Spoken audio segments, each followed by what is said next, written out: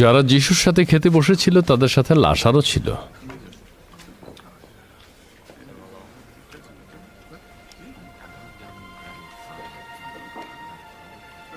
তখন মরিয়ম খুব দামি একটা আতরের পাত্র নিয়ে আসলেন, যা খাঁটি সুগন্ধি দিয়ে তৈরি, আর তা যিশুর পায়ে ঢেলে দিলেন, আর নিজের চুল দিয়ে তার পা মুছে দিলেন। সেই আতরের মিষ্টি গন্ধ সারা ঘর ছড়িয়ে পড়ল। যিশুর একজন শিষ্য জিহুদা ইস্কারিয়ত, যে তাকে শত্রুদের হাতে ধরিয়ে দেবে, সে বলল, কেন এই সুগন্ধি আতর 300 রূপার দিনারে বিক্রি করা হলো না, এবং সেই অর্থ গরিবদের দেওয়া হলো না?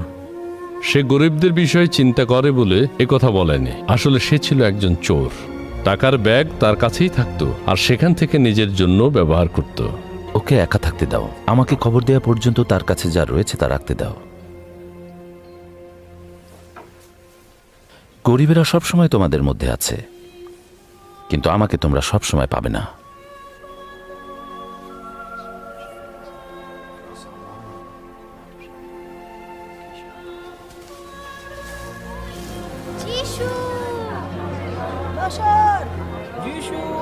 যিশু বৈথনিয়াতে আছেন জানতে পেরে অনেক লোক সেখানে আসলো। তারা শুধু যিশুর জন্য আসেনি, কিন্তু লাসারকেও দেখতে এসেছিল, যাকে তিনি মৃত থেকে জীবিত করেছিলেন।